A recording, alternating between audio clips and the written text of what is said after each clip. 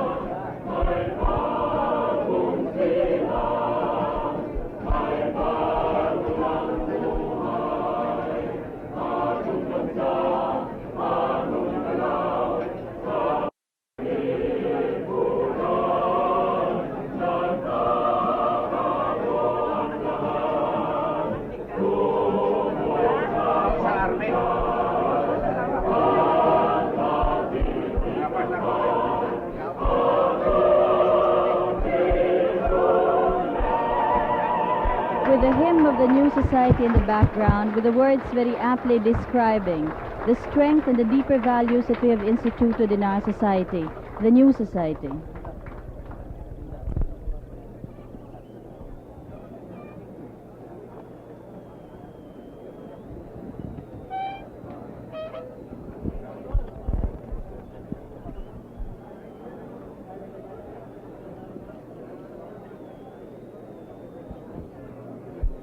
Seated with His Excellency President Ferdinand E. Marcos and the First Lady Madame Imelda Romualdez Marcos is the Speaker of the Batasan Pambansa, Minister of National Defense, and the Supreme Court Chief Justice.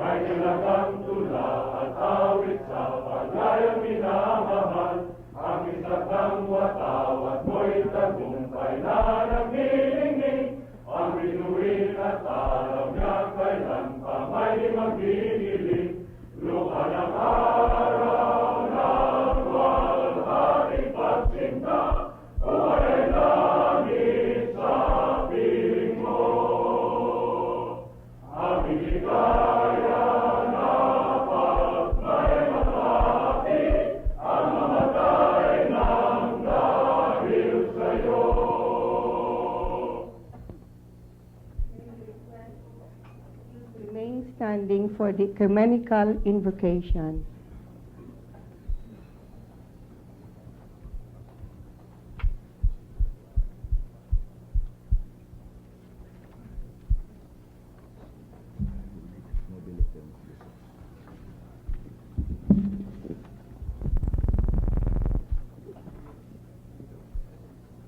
Let us pray.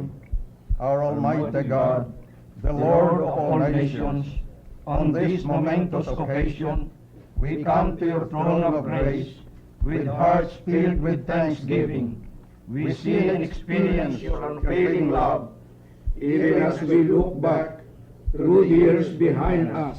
With fear and trembling, we remember the perils and the crises which our country went through, and yet grateful for your sustaining grace, so that today we can see a brighter future of our country. We thank you for the leadership of our country, for its readiness to seek your guidance and will. We thank you, O Lord, for the gifts of fortitude which you have endowed our people, so that with faith and hope we courageously live and serve to bring about a day such as this. We thank you, O God, for giving our country men of dedication, courage, bravery, and unselfishness, in particular the active members of Pilkunsa, who would not rest until they see and realize what is best for our country and people. O Lord, we again seek your guidance and will as we face the greater needs and challenge of today. In view of your wisdom, our beloved President and all those upon whom we entrust the leadership and authority of our government, may their leadership continue to bring justice, peace, and prosperity in our land. Bless our people with honorable industry, sound learning, and a strong faith. Save us from violence and discord and confusion, from pride and arrogancy, and from every evil way.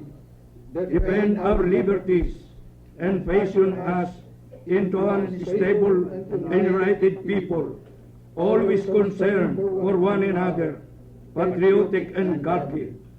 On this eventful and historic day, we humbly dedicate ourselves to you. Sanctify us by your grace, so that henceforth, as ever, we would not fail in meeting the greater crises and challenges of the present and of the future.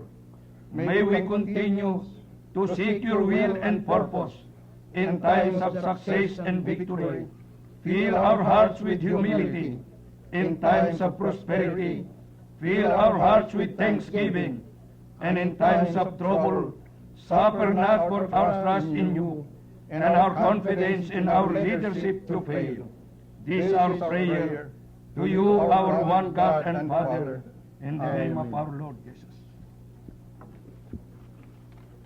The ecumenical invocation by the representatives of the various religious denominations of the country.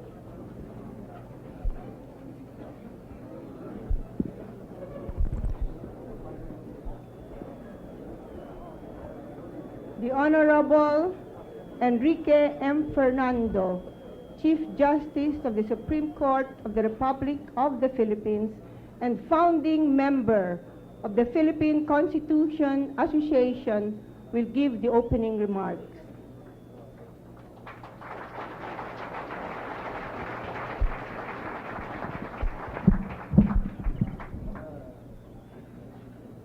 President and Prime Minister Ferdinand E. Marcos, our beloved First Lady, Speaker Macalintal, Minister Ponce Enrile, Minister and President Vilconsa Ponce Enrile, Vice President and Minister Assemblywoman Carmencita Ongsiaco Reyes, my brethren in the Supreme Court and my colleagues in the judiciary, the distinguished members of the Batasan Pambansa, the cabinet members, our distinguished visitors from abroad, as well as the other government officials, and the Pilconsa members, ladies and gentlemen.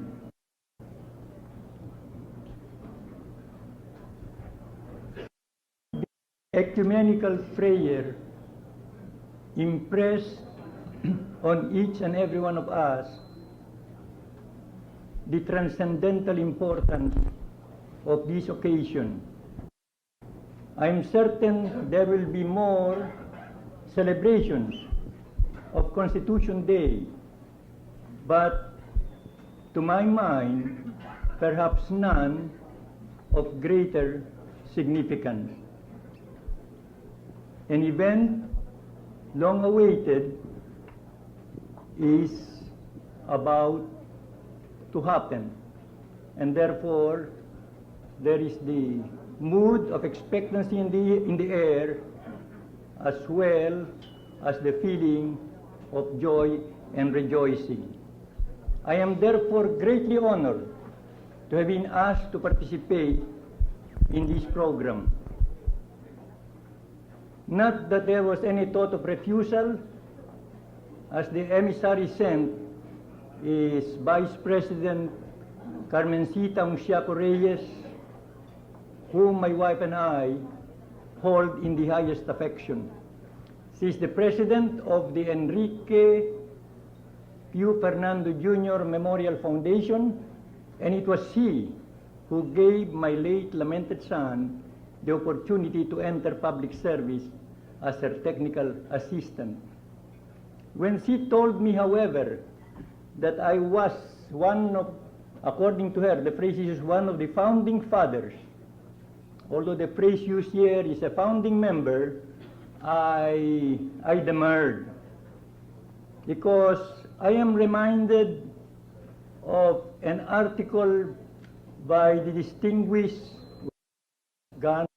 Professor Hamilton of Yale in discussing the 1787 Constitutional Convention.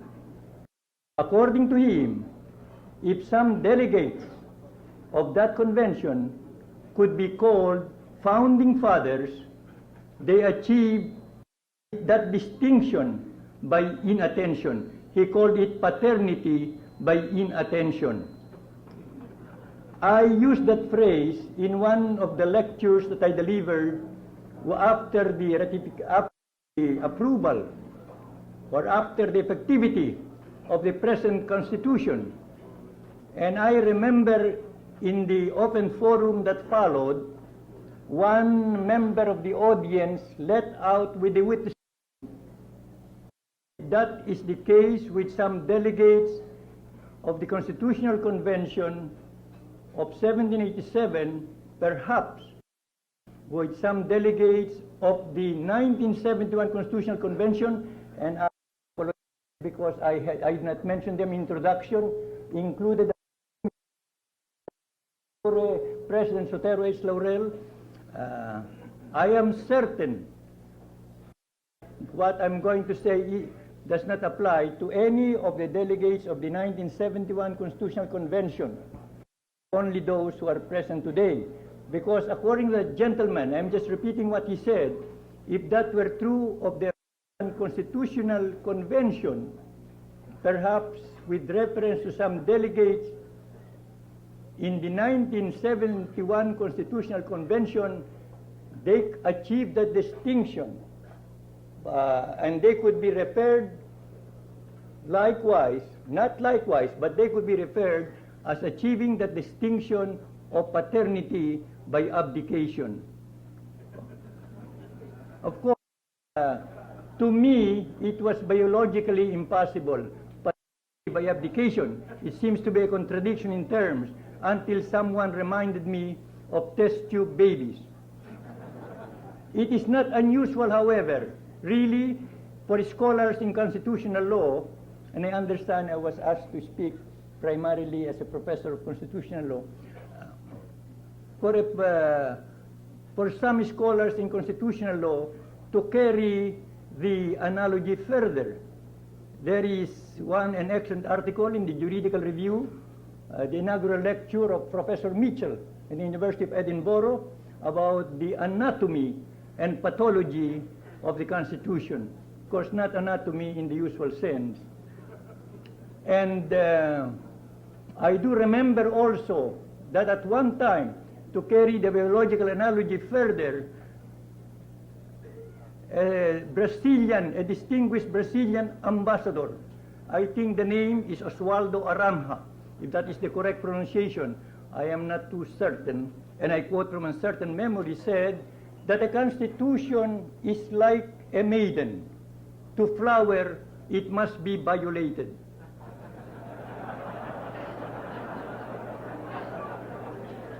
Of course,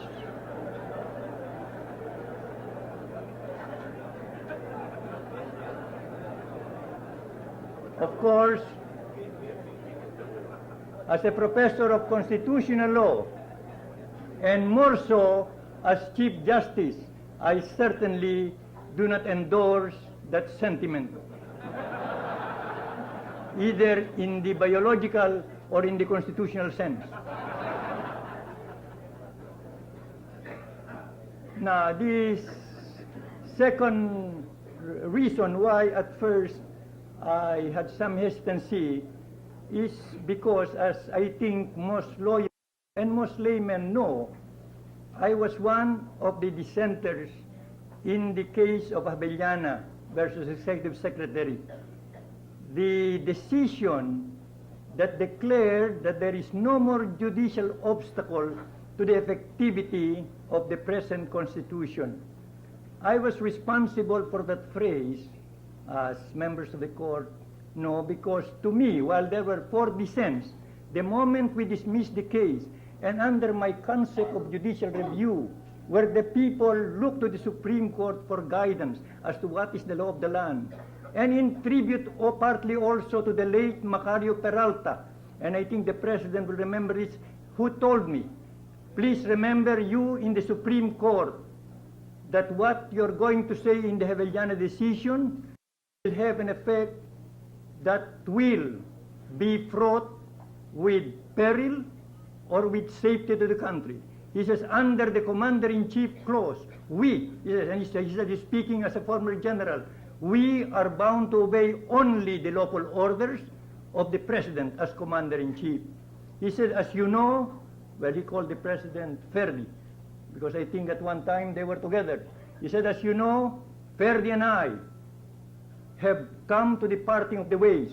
I am not one of those who voted for him in 1965. I fought his election, but he is the elected President of the Philippines. And I am telling you as an army man that it's important that you make it clear that his decrees, if that is your decision, that his decrees constitute the law of the land and therefore should be obeyed, given full obedience. I mentioned that to the members of the court, and that phrase was inserted there. Although there were 4 of us who dissented not because of the lack of merit of the Constitution, but because we felt that while it was validly proposed, there were some steps in the ratification process which to those of us, there were 4 of us, including Senior Associate Justice Claudio Tiangqui, the main opinion being written by the retired Chief Justice Roberto Concepcion, and one of the dissenters being the late Justice Saldivar, who were quite insistent on a literal application, although we admit that as far as the participatory process is concerned, the inclusion of really in a wider base for the democratic process. But at the same time, those of us who dissented were of the opinion that since the Constitution is a political document, the moment there is an acquiescence, whatever defect there could be, was ratified. There was no thought, at least to my mind, that the Constitution is not impressed with merit, and I said so in my dissent. So that there will be no inaccuracy, I'm going to read that portion of my dissent. To dissent was a difficult decision to make. It has occasioned deep thought and considerable soul-searching, for there are countervailing considerations that exert a compulsion not easy to resist.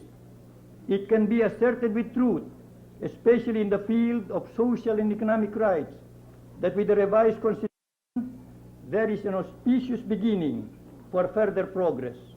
Then too, it could resolve what appeared to be the deepening contradictions of political life, reducing at times the governmental authority to near impotence and imparting a sense of disillusionment in democratic processes. Because 1970 convention was called a time of days of activism, when people felt that perhaps democracy as such was a failure. It is not too much to say, therefore, that there had indeed been the revision of a fundamental law to vitalize the very values out of which democracy grows. It is one which has all the earmarks of being responsive to the dominant needs of the times. It represents an outlook cognizant of the tensions of the turbulent era that was the present then.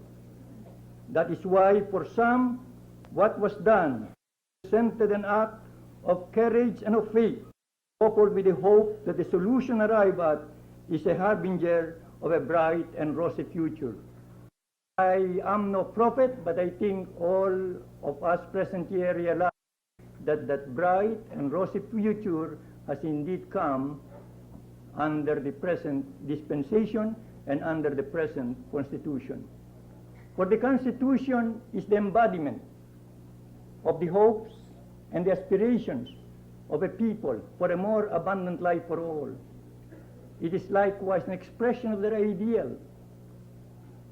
President Marcos, in his speech before at the opening of the Constitutional Convention in 1971, I think in June of 1971, referred to it as a testament to reason. The Constitution is likewise a testament to faith in the capacity of a people to live up to its potential, to attain true greatness. And the task is all important. It's a living document.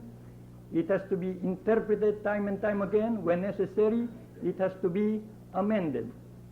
Although in the language of Justice Cardoso, a constitution states, or ought to state, not the principles for the passing hour, but standards and principles for the expanding future, the events of which are locked up in the scrutable designs of providence. It's unlike a statute which may at the most capture the evanescent mood of the moment or the fugitive exigencies of the hour.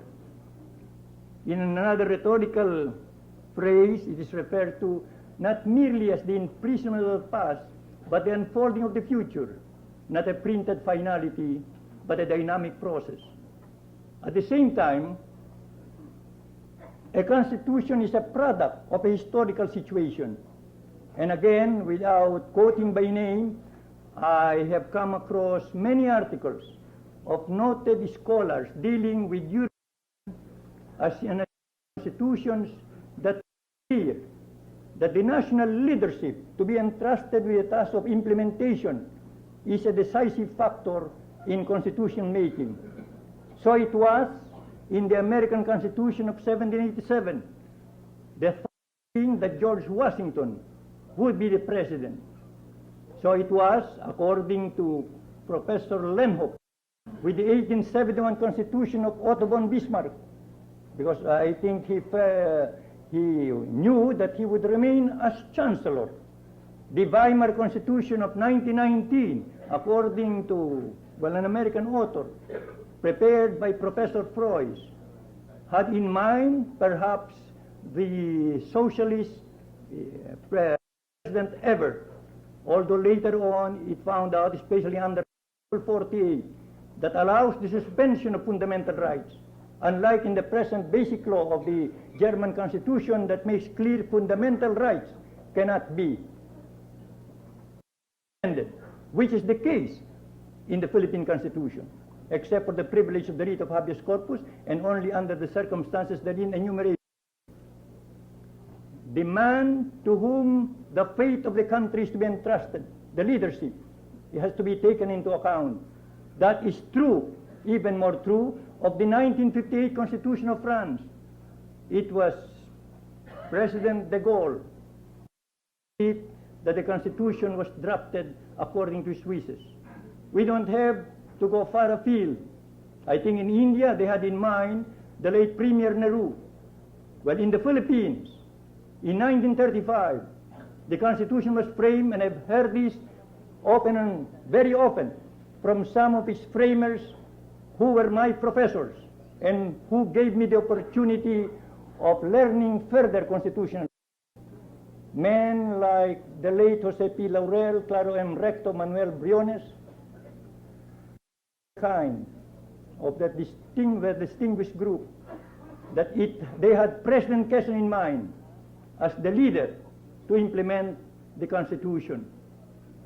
In the 1973 Constitution, I think there was no doubt to whom the mantle of leadership has fallen and to whom it was likely to remain. So we are indeed fortunate that at the is President Ferdinand E. Marcos with the intensity of his commitment to the ideal of the rule of law, his unwavering concern to see to it that the society we have, of course, as stressed so very often by the First Lady, should be a truly compassionate society. And with his determination, which will carry us far because of his well-known decisiveness, that his mission as the leader of the government is to see that our dreams do not fade and our vision does not die. Thank you very much.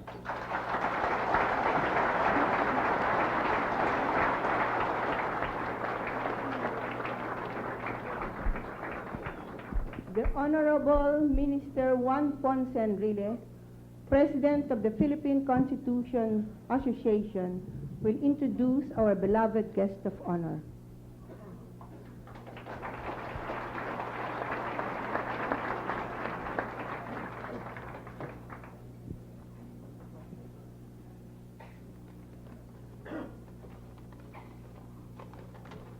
Madam First Lady, Mrs. Imelda Romualdez Marcos, Mr. Speaker, Mrs. Macalintal, Mr. Chief Justice, Madam, Your Excellencies of the Diplomatic Corps, my colleagues in the Batasan Pambansa, members of the judiciary and the bench, my co-workers in government, especially those in the military organization, my friends.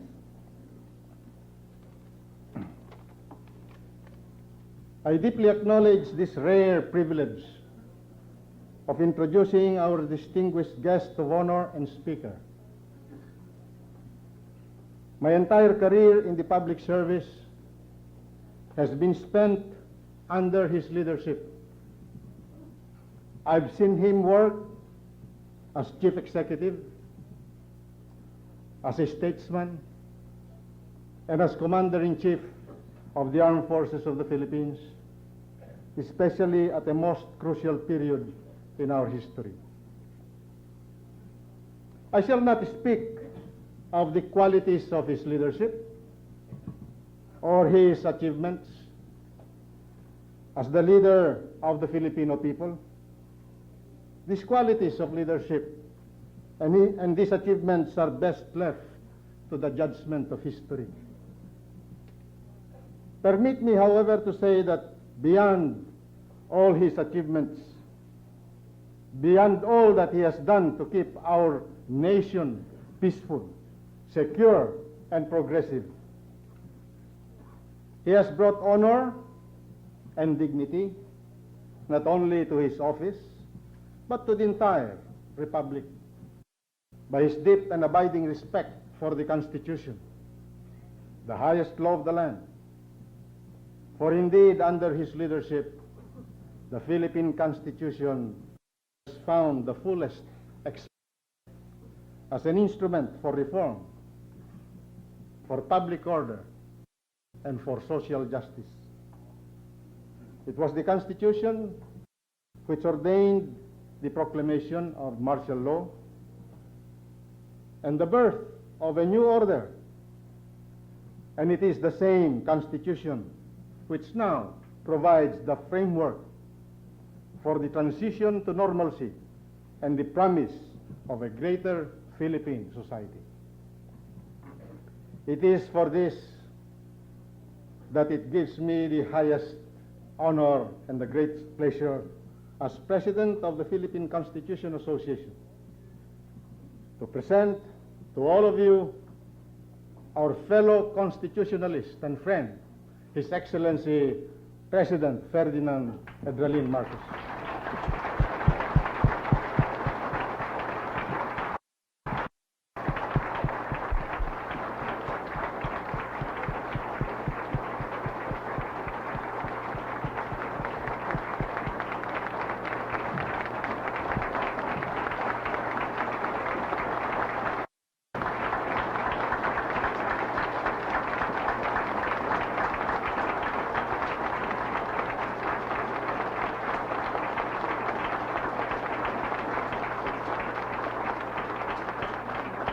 Thank you very much, Minister Juan Ponce Enrile of Defense.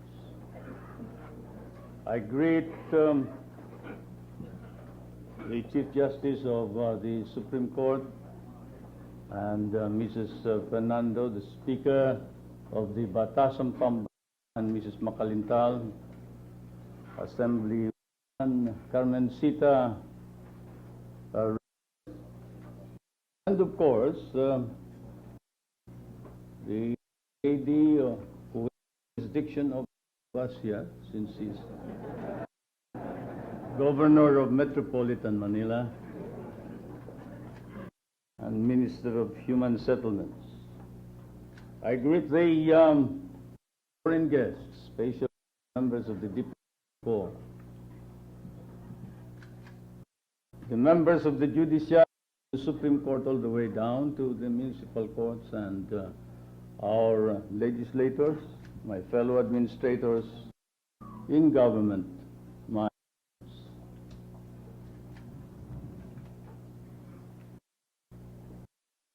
history summons us once to an encounter with destiny.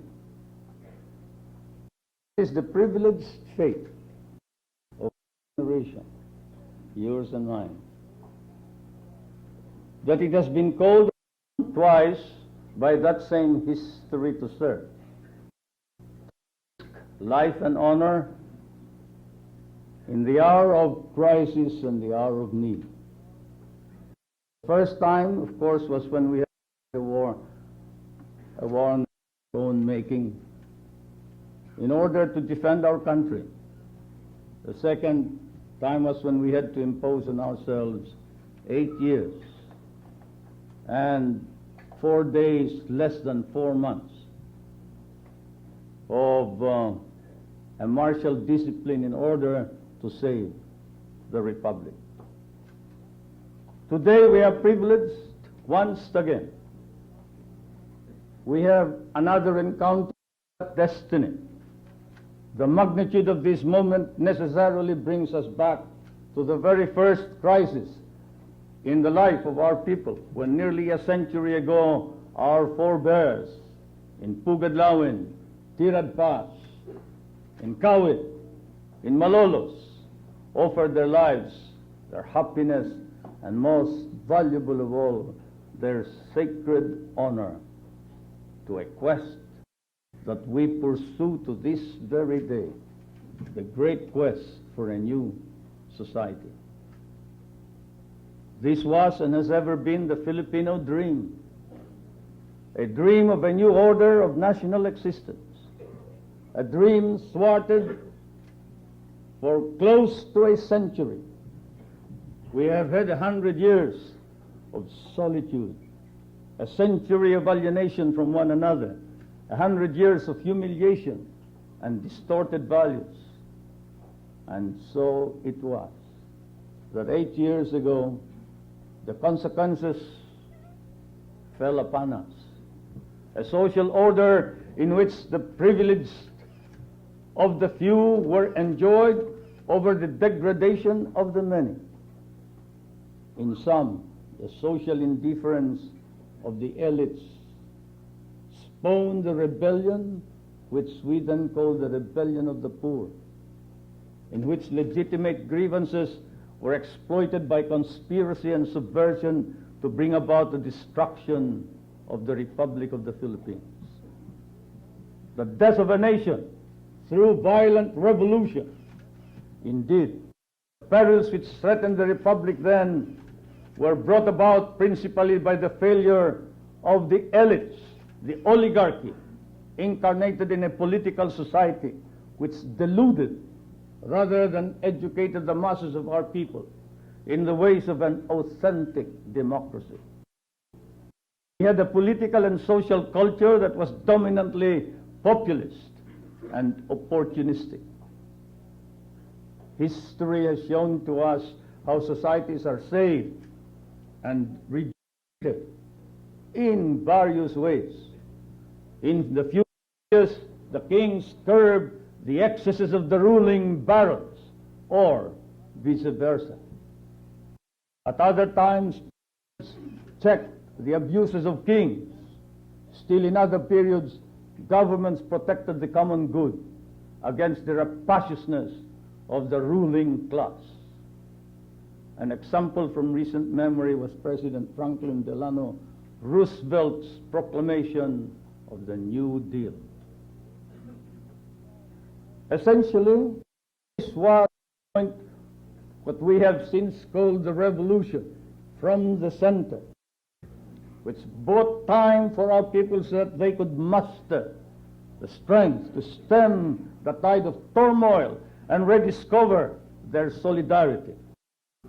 The old Constitution, colonial as it was, approved by an alien power as it was, nevertheless provided the legal and peaceful means for this quiet revolution. We were to have cherished and protected it, and we now have a new charter whose ratification we celebrate today, which we must cherish all the more, for it is our very own, for it brings together a new system, a new policy, and the resurgent spirit of a new people. There are those who would denigrate this Constitution. I am afraid they live in the past of their lost glories, a past when the freedom and the happiness of a few were held up as the freedom and the happiness of the many. It was a night or of a remembered greatness, shall we say. I am moved to recall how 16 years ago I appealed for the support of our people with an invitation to greatness. 7 years later, the gravest peril was upon us, menacing our lives and freedom, the freedom of generations yet to come. Anarchy, assassination, arson, pillage, destruction, immobilization of the economy, destruction of public buildings, and the proclamation that the new government would take over the Republic of the Philippines.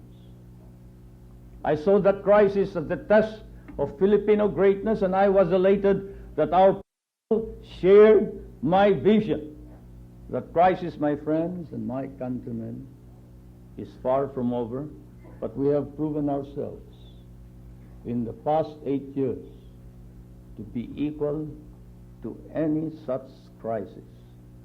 To be sure, it had been necessary, imperative, to resort to the discipline of martial law, to summon the military to its sworn duty to defend and protect the Republic. But as events showed, contrary to our detractors, Cassandric warnings, our armed forces performed honorably and well. In accordance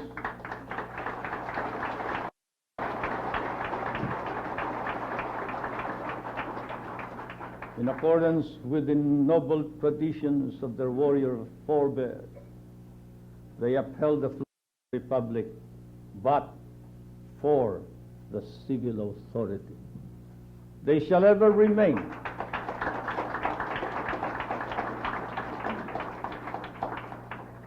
as a model, as an example that shall be set up if in days to come after this the Republic should ever stumble once again.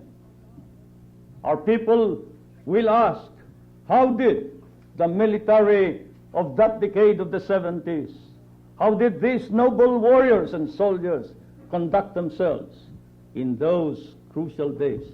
And they shall point to you as the heroes whose lives they must emulate.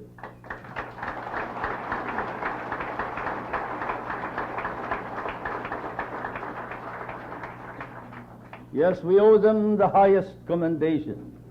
Words are inadequate to express our gratitude to the men of the military and to the men of the civil government who quietly subordinated themselves in many cases whenever there was actual combat. The martial discipline has restored the pride, nay, the self-confidence of our race, so that now we can look upon ourselves as equal to every vicissitude, every burden, every challenge. We can now accept without reservations the invitations to greatness, the challenges of the modern world. The cynical, the timorous, who would doubt this, had better look closely to what has transpired in this country in less than a decade, in the 8 short years of the new society. We have disarmed the criminal sin and significantly diffused the dangers of subversion, sedition, rebellion, and secession.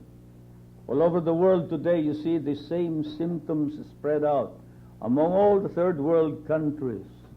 Fortunately, here in the Philippines, the symptoms have significantly and substantially been reduced. These were the results of the relentless and determined campaign to re-establish public order. 200 private armies were dismantled, 250 criminal syndicates identified and their members apprehended and neutralized, 650,000 firearms within a period of 2 or 3 years, of all classes, make, and variety, including artillery, machine guns, assault rifles, tanks, armored cars, and the latest models of sophisticated armaments. Perhaps 10 times more than the arms of the armed forces of the Philippines were confiscated or they were surrendered to the government. More than 2,000 ordinary criminals long wanted under unserved warrants of arrest before the proclamation of martial law were immediately apprehended and brought before the courts.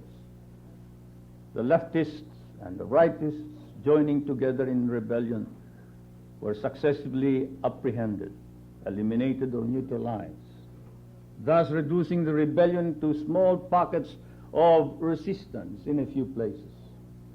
The colonial centuries-old hostilities in southern Philippines between Christian and Muslim brothers, which exploded 8 years ago into a formidable secessionist war, in which was estimated 20,000 fully armed men, some of whom were trained outside the Philippines, were set against the small garrisons of the police and the Philippine constabulary while we were fighting the leftist-rightist rebellion here in Luzon. This has been effectively terminated with the granting of amnesty to more than 37,000 members of the Moro National Liberation Movement.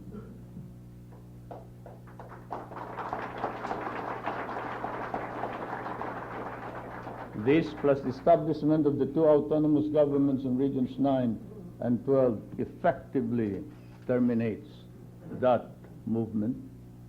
The armed forces of the Philippines and the intelligence agencies have succeeded in apprehending and immobilizing the leaders and the members of the Partido Nagkaisang Socialista Demokratiko ng Pilipinas, or SOCDEM, which differs from all other socialist parties in that it promotes violence. And so have the armed forces and the intelligence apprehended the leaders and members of the Light of Fire movement, which seems to be the umbrella organization covering all those involved in terrorism, bombing, kidnapping, arson, blackmail, as well as plots and conspiracies for the assassination of leading personalities in the military and in the civil government. But more than this, we have transformed the lives of millions of our countrymen. Land reform, the principal cause of the Hukbalahap uprising, because of the repeated failure of the landowner-controlled Congress to redress the grievance of centuries, was instituted. Some of you who are listening to me now belong to that rebellion, but you have joined the new society. I see here Mr. Luis Taruk, Assemblyman of representing Leyte. I see many of the rebels from the south attending here. I see Al Calwan, the original field marshal of the Moro National Liberation Front. I see Commander Roni. I see Jamil Lukman. I see all these rebels who have raised the flag of intransigence against the Republic of the Philippines now joining hands in order to strengthen this commitment to the Republic for the maintenance of public order all over the land.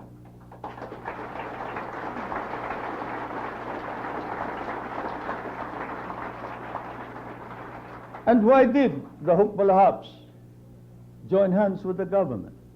Because large estates were broken up and sold to the actual tillers of the soil.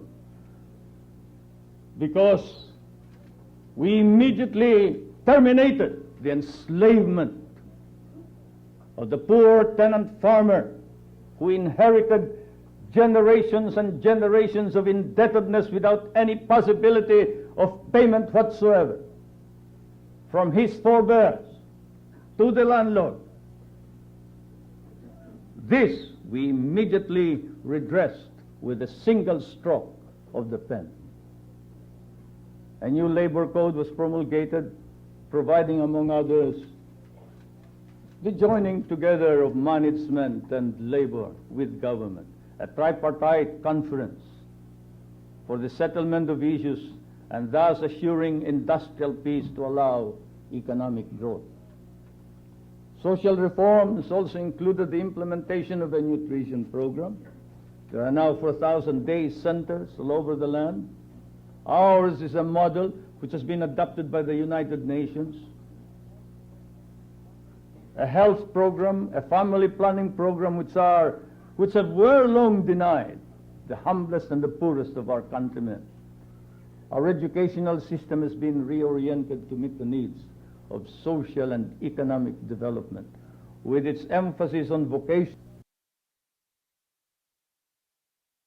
existence through scientific research, where before there was nothing but rhetoric and charlatanism. We have instituted the researches.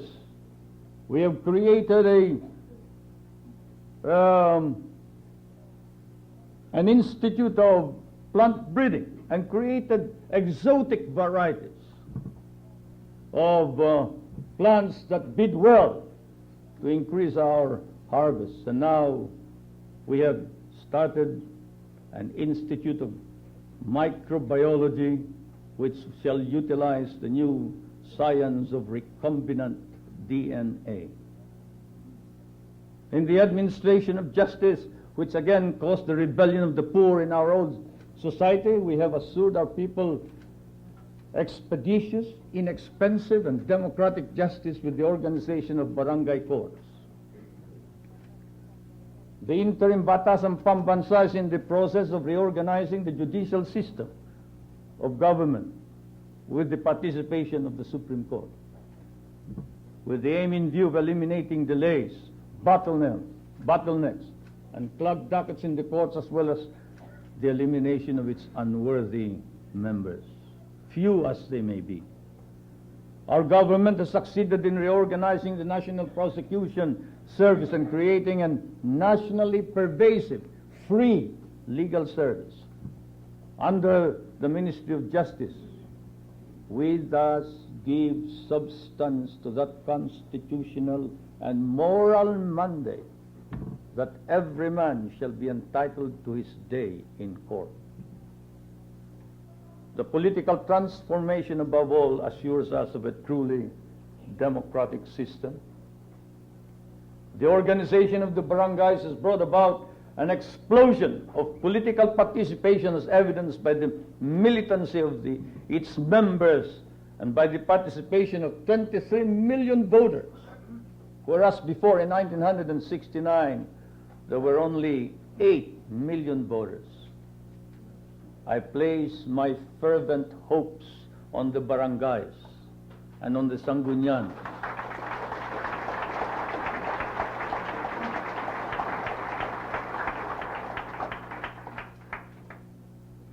They are the testament to and the vehicle of popular sovereignty. With the barangays, power indeed has been returned to the people. Mabuhay ang mga barangay.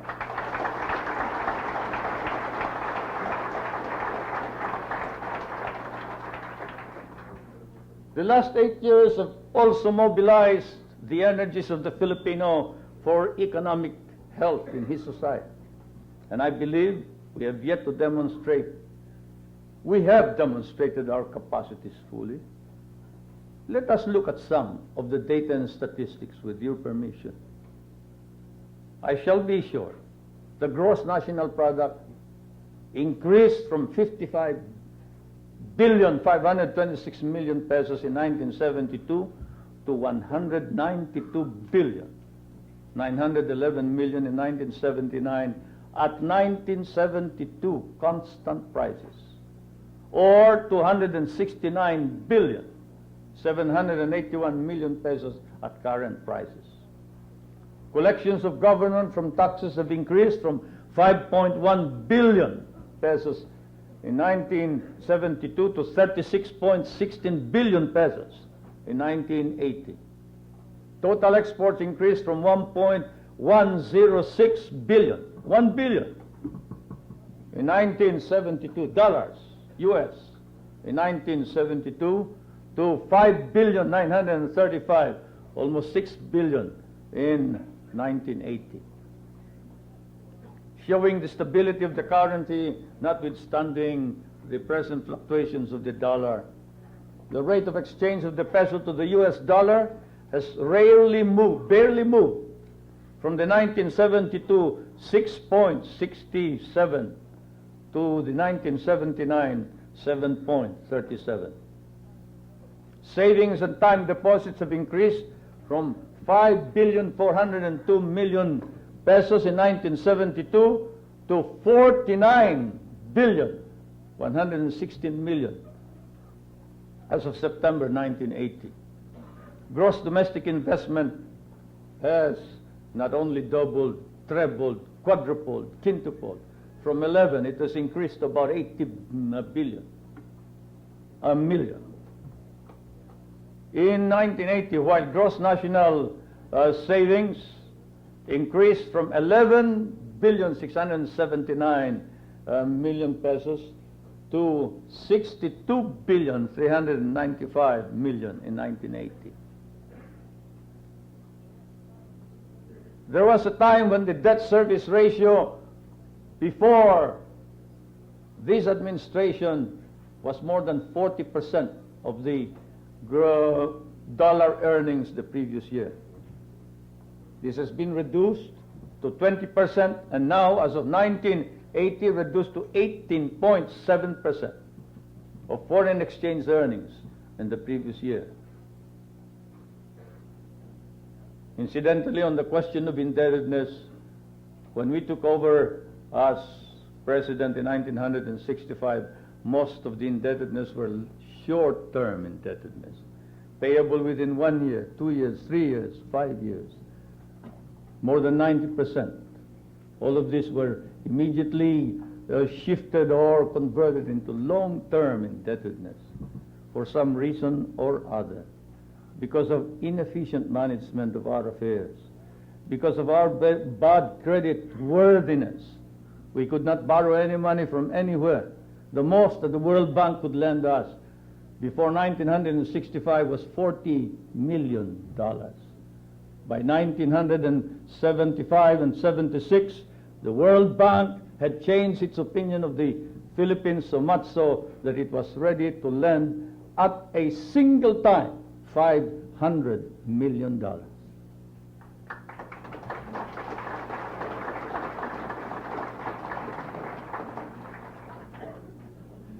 But most of these borrowings did not go to government. They went into productive enterprise. The borrowings of government do not go to pay for salaries or what we in government called ordinary or current expenditures, housekeeping, salaries of officers and employees, as well as furniture, equipment. No. On the current budget, there is always a surplus. Since 1965 to the present, there has always been a surplus in the current budget of the Republic of the Philippines. We have borrowed. Yes, we have borrowed, but only for purposes of productive enterprise. These are the self-paying and self-regenerating enterprises which we must support. And incidentally, nobody lends you money if you cannot give a counterpart.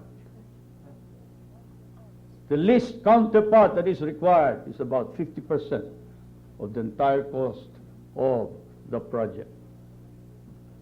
Now let's go to international reserves.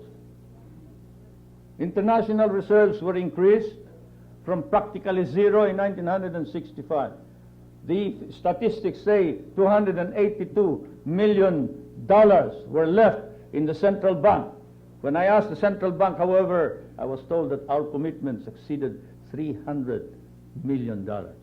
And therefore, we did not have enough foreign exchange to pay our indebtedness as of 1965.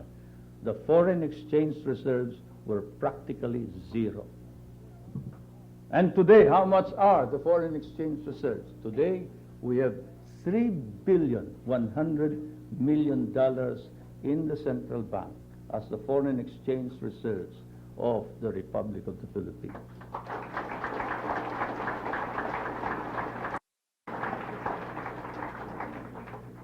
Finally, we speak of social indicators. How do all this affect the individual? What is his individual income? The per capita income, if we must talk in terms of all the people, has more than trebled from $214 in 1972 to $755 in 1980. And what do these figures mean to our masses, to our people? Some say the rich have grown richer and the poor have grown poorer. Well, we will not say they are blind to the facts. Let us say that they are prone to exaggeration. It is true, of course. The rich will grow richer because they have the funds and the capital, and we have no intention of confiscating private property.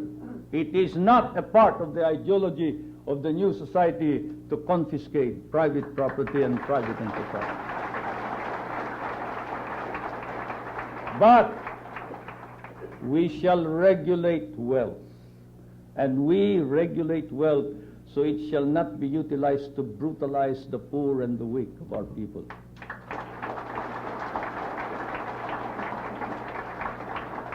And thus it is that the rich must pay heavier taxes. It is said that we have been easy on the rich with respect to taxes. This is not true. We increased the corporate tax very recently by 5%. We increased the taxes on luxury goods, the goods that are bought by the rich, that are open only to the more affluent members of our society. Even in the case of oil products. Did you notice the difference between the tax between diesel fuel and industrial fuel and gasoline? It is a big jump, for it is the purpose of this administration that first of all, we shall not be zero. And today, how much are the foreign exchange reserves? Today, we have $3.1 billion in the central bank as the foreign exchange reserves of the Republic of the Philippines.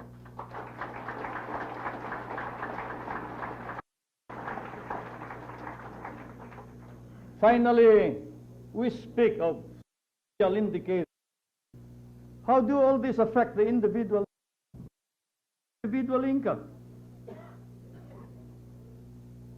The per capita income, if we must talk all the people, has more than trebled from $214 US in 1992 to $755 US in 80. And what do these figures mean to our masses, to our people? Some say the rich have grown richer and the poor have grown. Well, let's say they are blind. Let us say that they are prone to exaggeration. It is true, of course. They will grow richer because they have the funds and the capital, and we have no intention of confiscating private. It is not part of the ideology of the new society to confiscate private. But we need wealth, and we need wealth so it shall not be utilized to brutalize the poor and the weak of our people.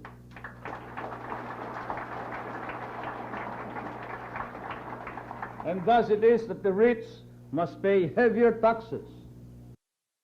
It is said that we have been easy on the rich with respect to taxes.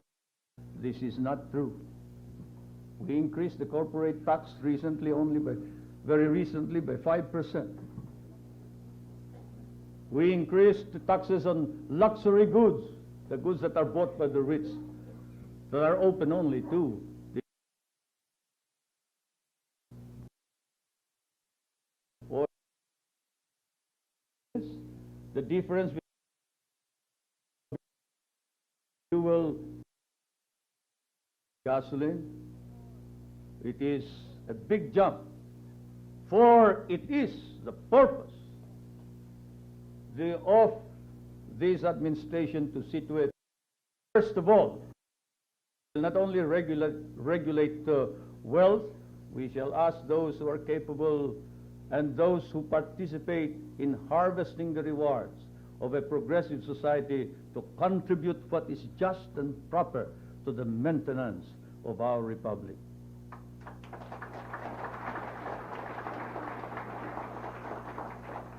Yes, have no doubt about it. The wealthy have been discouraged from exercising the ways of the old oligarchy. But I am prepared to think that of our people today have developed a social conscience that is growing day by day. How often have they come,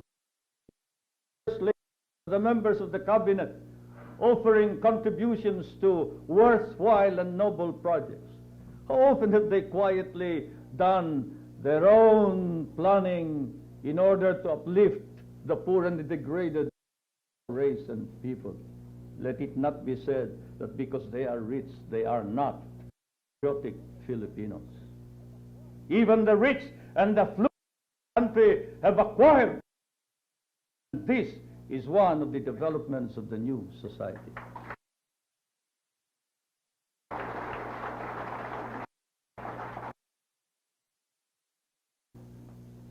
Now let's this as to the distribution.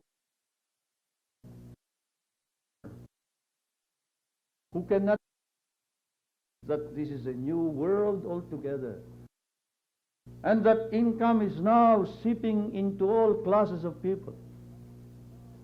In 1972, the percentage of families with incomes 1,999 pesos and below was 24.3%.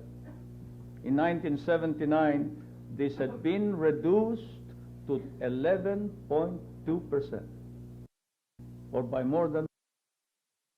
Let's go to the top. The families with incomes of 30,000 and more. In 1972, there were only 5% of them of the entire population. Now, today, there are more than twice that. there are 12.8% of those who have this high income. And considering that almost all of these families that I speak of live in the rural areas, the new society is set to effectively change the standard of living of the Filipino masses. Finally, the effective minimum wage has increased from 4 pesos and 75 centavos in 1972 to 23.30 to 24 pesos and 70 centavos in 1980. Along with these political, economic, and social transformations, we must count the newly won prestige in the family of nations. Yes, the president of the PhilConsa, Minister Juan Ponce, really referred to the new prestige, the new standard of our country in the United forums of the third world, and we have normalized relations with socialized countries. Before this, and even to China, to the socialist countries of Eastern Europe, we limited ourselves to what is considered to be the pillars of the free world, and thus penalized ourselves and our products, for our markets were limited. The Philippines is now heard in the Council of Nations because it speaks with its own voice. An independent foreign policy is the hallmark of the Philippine Foreign Service. We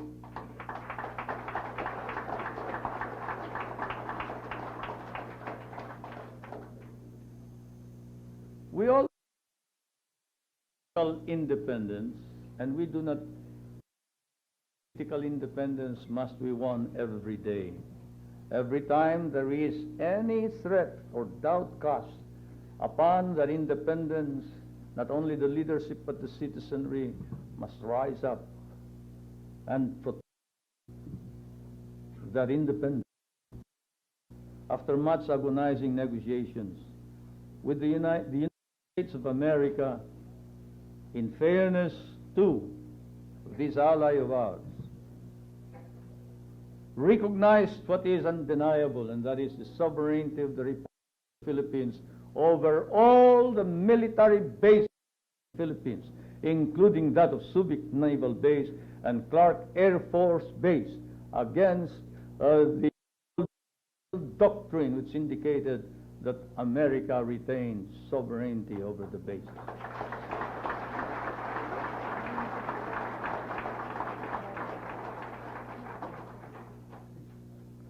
Because of our martial interlude, our defense establishment and our armed forces have quietly established a self-reliant defense posture.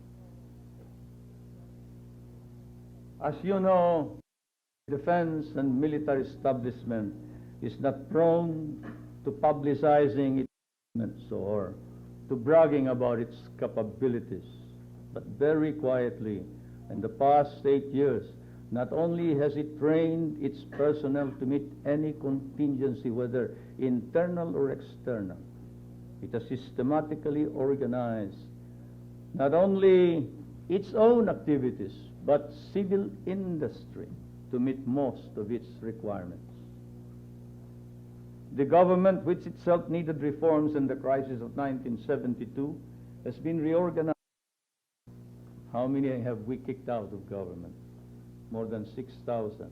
In the armed forces, more than 8,800 men. Very few people know that. We kicked out of the civil government 6,000 officers and employees. And many of them are still facing cases and charges before the Sandigan Bayan and the Tanud Bayan. In the armed forces of the Philippines, we punished 8,800 officers and men over a period of 8 years. Let no man say that we have not exerted the utmost diligence in maintaining discipline in the enforcement of our laws and Constitution under the Republic of the Philippines.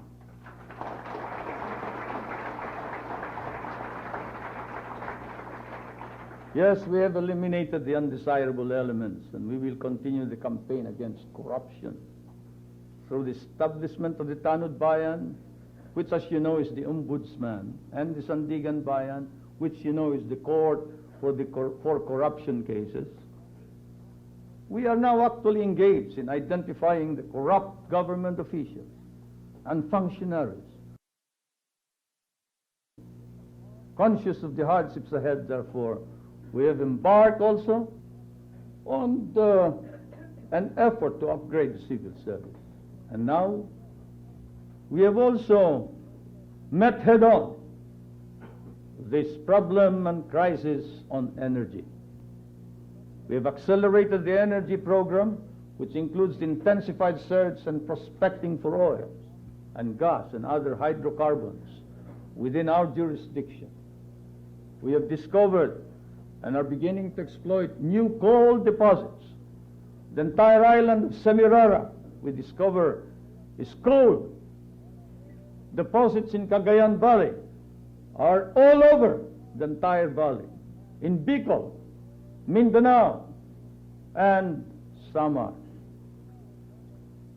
We've discovered geothermal sources. 8 geothermal units or geothermal centers of energy are operational. 6 are being constructed. We are next to the United States in the volume of electricity coming from geothermal sources. Hydroelectric power is moving on. As you know, the biggest in Southeast Asia is being put up in the Magat, Isabela. We have discovered Mars gas or surface gas. We use biomass, dendrothermal. Many countries here represented, including France, Germany, England, have lent us money for the dendrothermal projects, and the Scandinavian. We have discovered exotic plants which produce juice and burn like gas. By only yesterday, the other day. The hunger, which I know since boyhood, the fruit of a vine in Ifugao, was brought back. We pressed the fruit, and out came the juice, and we lighted it like gas. You go all over the land. There are many plants from which we can draw gas. There are conventional, indigenous, and renewable sources of energy which we must tap, and we shall tap. At this point, I must note the number of rural households that have access to electricity. In 1972, 76,000 households had access to rural electricity. Today, there are 1 million households that have rural electricity.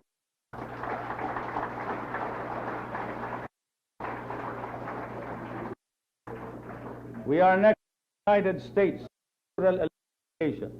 No other the way we develop rural electrification. This increase is symbolic of the renaissance of the Filipino. Then, of course, the renaissance of our political life. In less than a decade of the democratic revolution, it is inevitable that this would be translated in spiritual terms. The renaissance in our culture, the rebirth and growth of the arts, music, painting, dance, film, literature. And why? What is the importance of this? How often has song, dance, music, literature, flame the rise up to attain the ends of freedom. How often have our forebears, the propagandists of the last century, used literature in order to lay the moral basis for a rebellion that would free our country? Culture, tradition, belief in our past, this is the unifying force. We look back, we trace the roots of our identity, and we discover that no reason to be so humiliated and to for the race. We have contributed our people's genius to the arts of this century. We have also rediscovered our ancient art forms, our spiritual heritage. In doing so, we have rediscovered ourselves, the Filipino.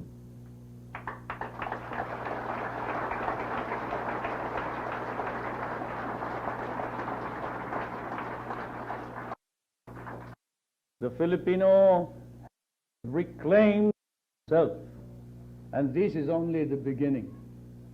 The last 8 years, what could be achieved through discipline.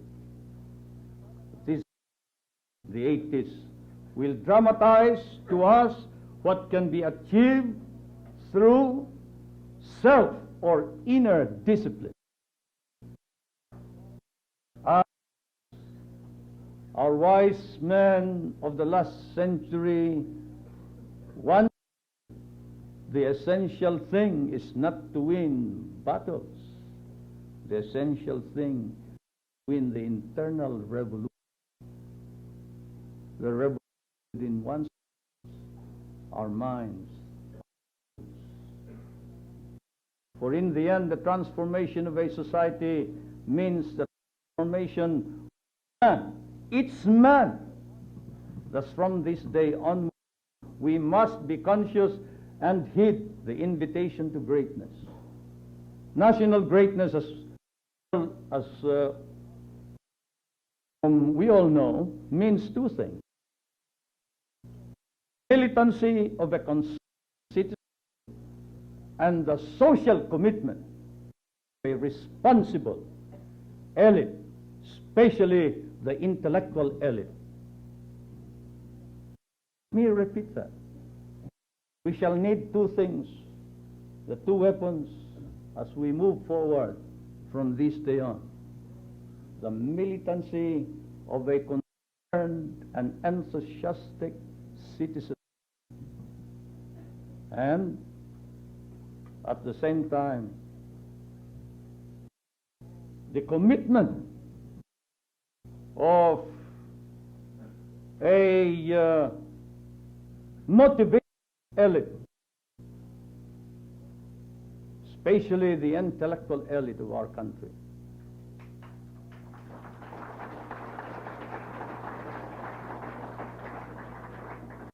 We have had their support. We need this more than ever now. I call upon all of you. I call upon the local executives, military men who was saying, raise them above those who have not gone. Wide and deep professional men. We have the highest world in relation to population. Elite we must draw, who would be the leaders of our country in the next generation. Martial necessity has passed. It has,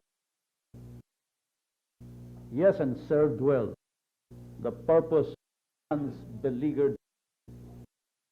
Cannot go on. Must mature, grow from outer discipline into, and so it is that, as I promised all men,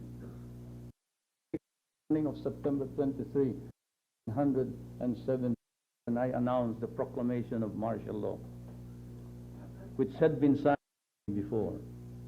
With your support, myself, my life, and my family's life and honor, meant of his, that when the time came when I must or we must end martial law, and that time could be seen then, I the first to move in the termination of martial law.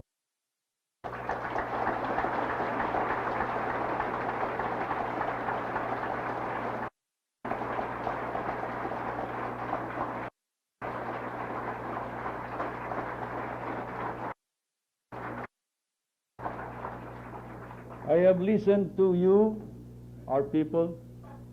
I have heard your doubts, your anxieties.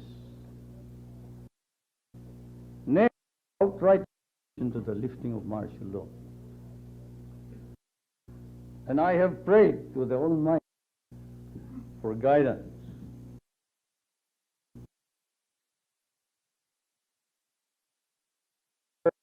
Judgment, souls that I terminate martial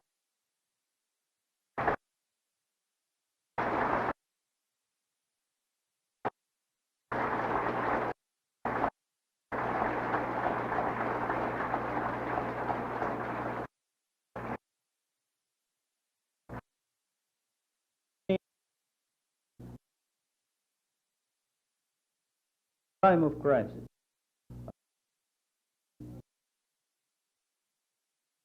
The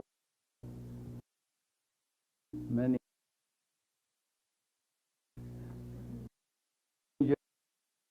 protect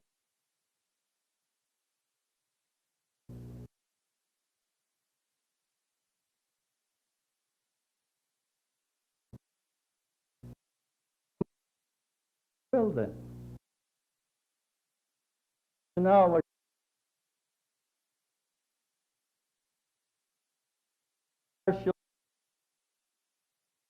shall bring you and freedom.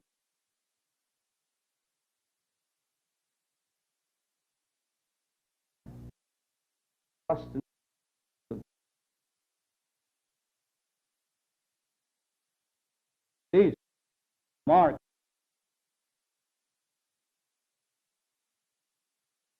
and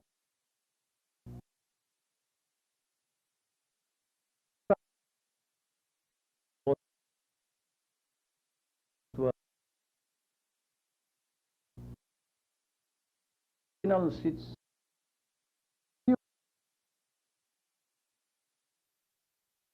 and drink life.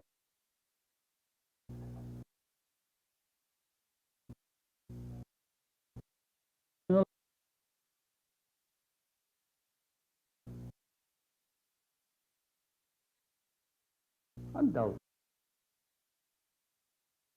But we could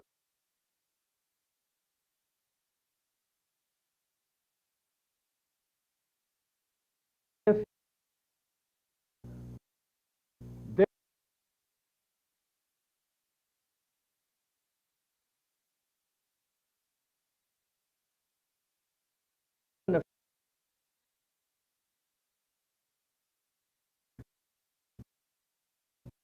characteristically, we were all haunted guerrillero, fighting elusive in the hills. For that was many of us landed where? Or had. Yet notwithstanding, one had to present the stern face of a leader, the dominating quality of,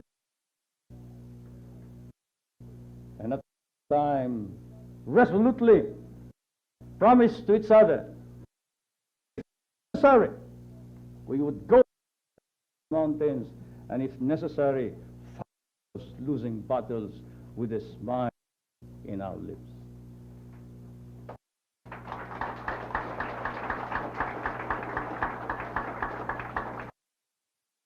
Support of the people to do that.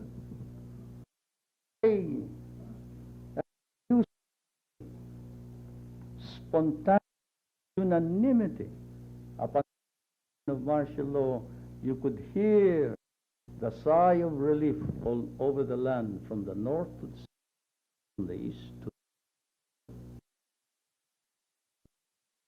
that we retain trust of people. States of be tempered credentials of legality and constitution. This way was it. The commander-in-chief, of course, was contrived by as a device to consolidate power of colonized people. Those who drafted the commander-in-chief provision never dreamt it would be used instead by an unrestricted people. Lost self-respect, dignity, and honor. In the long run, to be quite candid, the intellectual adventure is more exhilarating, inspiring. Only the observer will realize that the table had been turned, and the legal weapon in the dark past that was used to browbeat our people down to their knees in submission to alien authority had been captured from the enemy through ingenuity and by some miracle of self-assertion, and used to attain the noble dreams of our people. And so as I now sign this proclamation in full view of our nation and the world at large, I am profoundly conscious of the tasks that remain, hoping that we shall not lose the momentum of our achievements, so that those who shall come after us may carry the quest of a greater, a brighter world, a new society. I pray now, and I ask you to pray with me, as I prayed 8 years ago, that I am doing, that we are doing the right thing by our people. For the end of martial law does not mean the end of our efforts, of our needed reforms, of our struggles, of our sacrifices. The passing of the martial necessity does not carry with it the passing of all the burdens, especially the heavy ones. There will be more tests for our capacity, for our resiliency, our strength as a people. Together we must pass these tests, surmount all crises. And so, as I have said, I sign in your presence, proclaiming the termination of the state of martial law throughout the Philippines. I say, we have just begun.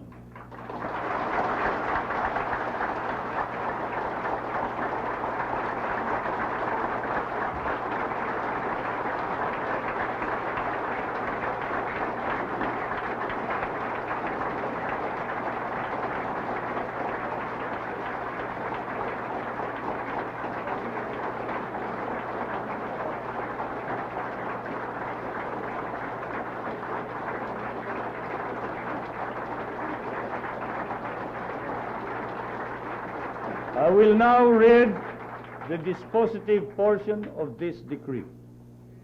Now therefore I, Ferdinand E. Marcos, President, Prime Minister of the Philippines, by virtue of the powers vested in me by the Constitution, do hereby revoke Proclamation 1081, proclaiming a state of martial law in the Philippines, and Proclamation number 1104, dated January 17, 1973, declaring the continuation of martial law, and proclaim the termination of the state of martial law throughout the Philippines, provided that the call to the armed forces of the Philippines to prevent or suppress lawless violence, insurrection, rebellion, and subversion shall continue to be in force and effect, and provided that in the 2 autonomous regions in Mindanao, upon the request of the residents thereof,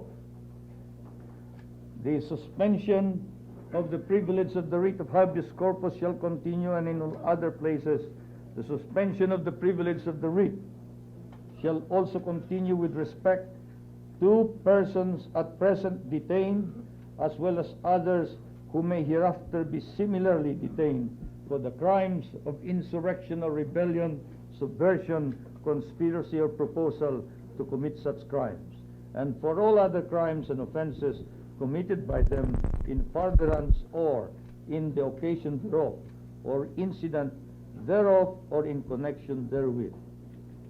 General Order Number 8 is also hereby revoked, and the military tribunals created pursuant thereto are hereby dissolved. Pursuant to Article 17, Section 2, Paragraph 2 of the Constitution, all proclamations, orders, decrees, instructions, acts promulgated, issued and done by the incumbent president constitute part of the law of the land and shall remain valid, legal, binding, and effective even after the lifting of martial law, unless modified, revoked, superseded, or altered by subsequent proclamations, orders, decrees, instructions, or other acts of the incumbent president, or unless expressly and explicitly modified or repealed by the National Assembly or the Batasan Pambansa. In witness hereof, I have set my hand and caused the seal of the Republic to be affixed on the 17th day of January 1981. Thank you.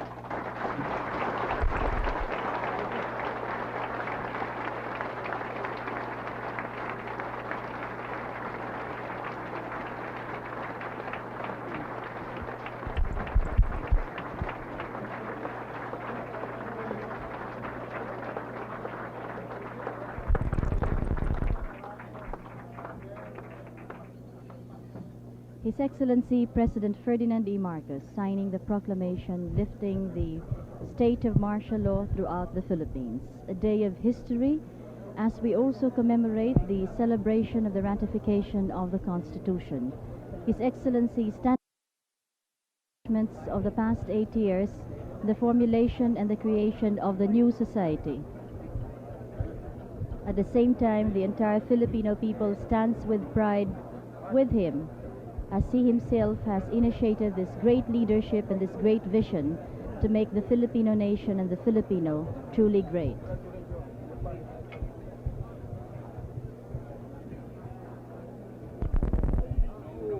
It certainly has been a very historic, emotional, touching moment. Clearly, no doubt, there is a certain dimension to this affair here that one cannot capture in words. The men of the military, the armed forces of the Philippines, General Espino, General Ramos, General Abad, General Sarmiento, General Pars, Commodore Alejandro, they're all going and talking to the First Lady and the President. As I said, it's been quite an emotional moment here at the Heroes Hall in Malacanang. The First Lady obviously touched by the eloquence of the President and the forcefulness with which he delivered this address, and the very deep sense of leadership, patriotism, and faith that the President evidenced in that address this morning. He has always maintained his faith in the integrity of our nation and our people, in their good sense, and the fact that they have stood by him through all the moments of anguish, difficulty, and crisis. And very clearly he is depending and relying on that particular level of support and faith in him, as he mentioned in his address. A large group of people crowding around the presidential table with the President and the First Lady. We see members of the diplomatic corps here who are still gathered at the Heroes Hall. None of them have made any effort to move. I see Ambassador Murphy here, and the Honorable Indonesian Ambassador, His Excellency the Ambassador of Indonesia, First Lady and the President here, Speaker Makalintal, the members of the Cabinet, members of the Armed Forces of the Philippines, gracious First Lady, Minister Enrile now in conversation with the President. As the President so eloquently pointed out in his speech this morning, it's a question of faith, and very clearly our people have strengthened their faith under his leadership and will continue to do so. The achievements of the past 8 years under the leadership of President Marcos have clearly indicated that the people by and large are behind him, have supported him, and he has called for them to continue that support with the same resoluteness that they have shown in the past. The challenge indeed is perhaps a new one, new challenges, but as I said, it is an emotional moment for all of us here who have in a sense been a part of this, the President moving down this way towards us with Speaker Makalintal and the First Lady. Yes, sir. Congratulations, Mr. President. Tremendous speech, and the faith of our people will be with you. I hope that they maintain the trust that they have reposed in the political leadership. You have always you've always acted with dignity and with the interest of our people as your first consideration, Mr. President, and we know you will continue to do so. Thank you. Thank you for your generous words. Thank you very much, Mr. President. Ma'am, it was an emotional moment for all of us, but I think you must be proud with the faith, the courage, and the vision of this man. Yes, this is truly a very historical, momentous, and happy occasion. For we can all be happy to say that this is we have achieved a prideful level of in the redemption of our identity, dignity, and humanity as a people. And this tribute is not only for the President, but for each and every Filipino who has really achieved all of this. To them, from the bottom of my heart, a deep, full appreciation and gratitude. Thank you. Thank you very much. Thank you very much. Mr. Chief Justice? Mr. Chief Justice, sir. Can we have a word from you, Mr. Chief Justice? In the midst of this large crowd that gather around the First Lady as she moves away from... Mr. Speaker, you're going to be on our program tonight at 9:30. Yes, 9:30, Channel 4, that's in Bohol Avenue. Right, we'll discuss the full implications of this. Okay. Mr. Chief Justice? Well, I made the opening remarks.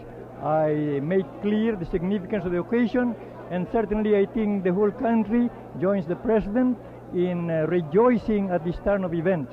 And I'm sure that under his leadership, the problems that some could foresee would not eventuate. Thank you very much, Mr. Chief Justice. We were speaking to the Honorable Chief Justice of the Supreme Court, Enrique Fernando. Rita? I think it is with a great sense of pride that everybody who has gathered here this morning at the Heroes Hall here in Malacanang truly feel identified with the President. This decision to lift martial law on this day, coinciding with the celebration of the ratification of the Constitution of 1973, speaks indeed highly of the leadership of this nation and of the Filipino people as a whole. We have, as I've said earlier, gathered here not only our high-ranking government officials, but also the members of the diplomatic corps who have witnessed this historic occasion. As the President has said, he has addressed himself firstly to the Filipino people and to the world, and it indeed goes down in the history of our nation to have weathered through this crisis of the past 8 years and have been able to prove to ourselves with deep pride and conviction that we can carry on without the outer constrictions of martial rule. Rita, is the president still finding great difficulty moving out of the hall? Everybody around him, around the president and the first lady, seeking to congratulate him. I wonder whether I'll get a few words from the Chief of Staff of the Armed Forces of the Philippines, a very quiet gentleman who does a very good job, General Romeo Espino. The President, General Espino, paid the Armed Forces full tribute for the manner in which they conducted themselves during this difficult 8 years. What do you see your role in the days ahead? We'll have to, I feel that there'll be no change in our role. We'll continue as we were doing, because we were not doing anything unusual during the last 8 years, but keep the peace. And you will continue to keep the peace and defend the Republic as good soldiers normally do? Yes, indeed. Thank you very much, General Espino, the Armed Forces Chief of Staff, General Romeo Espino, saying that there won't be any particular or any special change in their role. What they did was keep the peace as they are expected to do, and they will continue to do so. So he sees no real change in the role of the Armed Forces of the Philippines.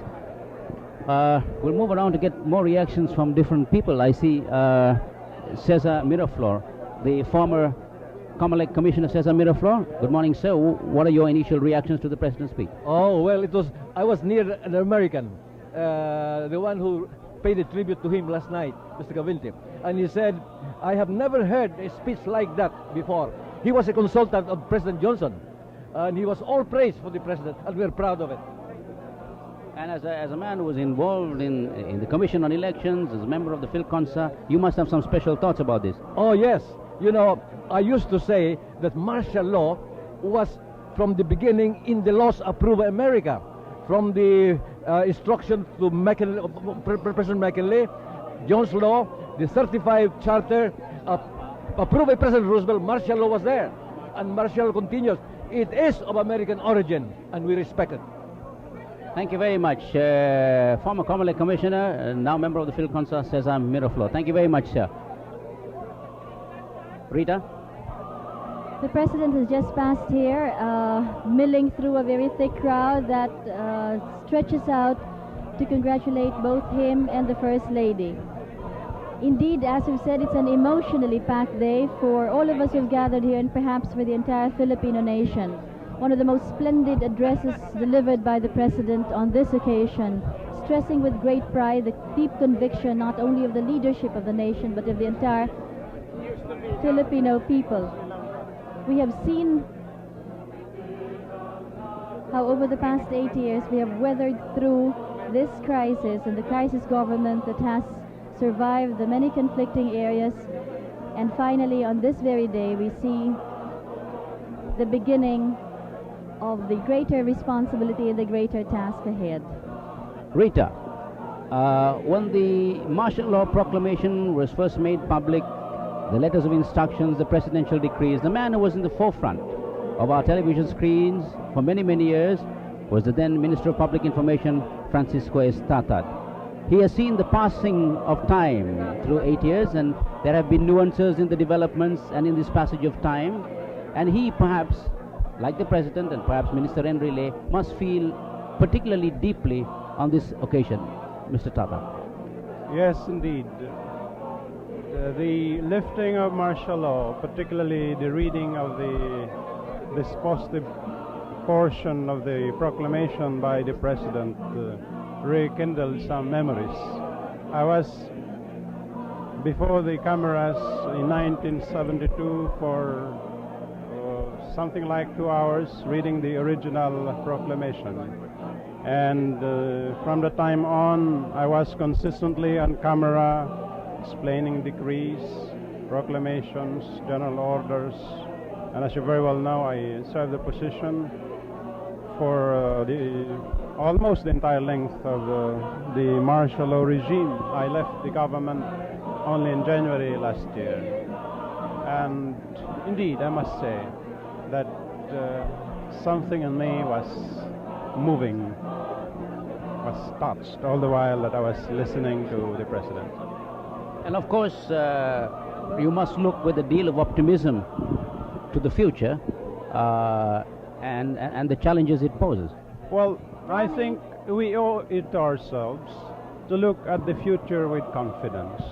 The past 8 years have been years of challenge. Many areas I think we have done very well. In other areas we may not have done as well as we wanted to. But I believe there is basic unity within the nation that could propel the government in its move forward. And that I think that we have come to recognize that the progress of this country will not lie purely in the effort of government, but will come from the collective effort of all sectors in the society, with all the sectors interacting with government. Well put, sir. Thank you very much. Assemblyman Francisco Tata. Rita is with Ambassador Murphy. Rita? Yes, Ronnie, I have here Ambassador Murphy of the United States of America, together with the several chiefs of missions of the diplomatic corps, have attended and witnessed with us this proclamation of the President. And perhaps we can get a reaction from the Ambassador on the address made by the President and his proclamation to lift martial law. Well, certainly, I found it a most forceful, eloquent statement on the part of the President about the background of what had motivated him to declare martial law back in 1972, and the reasons that have now convinced him that the time has come to lift it. We do think that his move is timely. We think, I would say that it's an important step in the right direction, and we very much welcome it. Against the background of the incoming new administration of the United States of America, how will this affect further the relationship between our two countries? I think it would be wrong for me to speculate on the future of relations of the administration, which is not yet started, but I think, as I say, this is a very positive step, and I'd rather not speculate too much on the future. Thank you very much, Ambassador Richard Murphy of the United States of America. As we've said, the President did indeed has stressed the importance of this occasion, and of course the strength that we have as far as foreign policies are concerned. Ronnie? Yes. We were moving around to Minister Estrella. Minister Estrella, Minister of Agrarian Reform. Well, martial law, when it was instituted, one of the most significant moves by the President, aside from the proclamation instituting martial law, was the land reform effort of this government, the freeing of the tenant from the bondage of the soil. How has that program progressed this past 8 years, and do you think that at this stage there's enough impetus for it to carry through? You know, Ronnie, that was really the most historic thing that the President did, and no other President have done that. The first step he did upon declaration of martial law was declaring the whole country a land reform area. That is decree number 2. The second was the emancipation of tenant farmers from the bondage of soil. That is presidential decree number 27. And after 8 years, we made a report to the President that we have finished the land transfer operation. We have actually transferred the land to the tenant tiller. And that is the most historic thing, I believe. Not because I'm handling the program, and I am happy that the President entrusted the whole program to me. Now that the President lifted the martial law, it is another historic event. It is just as historic as when he declared martial law. I see. Now, as the President himself has pointed out, the farmers own the land they till, they live better, they work harder, they are an integral part of our society. That's right, Ronnie. You go out in the countryside, you will notice that the farmers had never had it so good under martial law, under President Marcos. But there are going to be challenges ahead, no doubt. Yes, of course. We will see to it that we have to protect the gains we have made. We will not allow it to be negated or nullified. Thank you very much. Our Minister of Agrarian Reform, Conrado Estrella. I'll move across and see whether I can get a few words from Minister Virata, who is actually being interviewed by... As some people fear economic bankruptcy. Well, I really don't know why all of these bad words are being used now, of economic bankruptcy. There is no such thing. We are developing. Our per capita income has increased. Our improvements in the Philippines have increased. The number of enterprises, we have many more people. The market at large. We have gained international standing as far as credit is concerned, and I do not see the point why our own people will say that we are in the brink of disaster, of bankruptcy. I think we should be more positive in outlook rather than detract from the main effort to continue building our country. Okay, thank you very much. Rita, are you? Yes, Rita. Ronnie, I have here the president of the Integrated Bar of the Philippines, Mr. Ed Angara, who has been very much involved in many of the legal discussions during the martial law days. And of course, with the helm of the Integrated Bar of the Philippines, we have had many programs and analyses from his end. And perhaps we could have a post-martial law analysis from Attorney Angara. Well, I think it's a tremendous boost, because first of all, it leaves a very heavy psychological burden on the minds of the ordinary citizen. Now I think the ordinary average citizen can feel that he can air or raise any legitimate grievance he has in dealing with government agencies. I think that's in general the biggest positive post-martial law lifting effect. The other, to me, depends really on two key institutions. One is the Batasan and the other is the media. I think the positive impact of the lifting of martial law will continue and will remain to be positive as long as the members of the Batasan continue to be responsible and see their role to be constructive and positive. On the other hand, I also see that media or the press is a key institution in a post-martial law society, because the press and parliament are mood indicators of the society. They set the mood of the citizen and the business climate.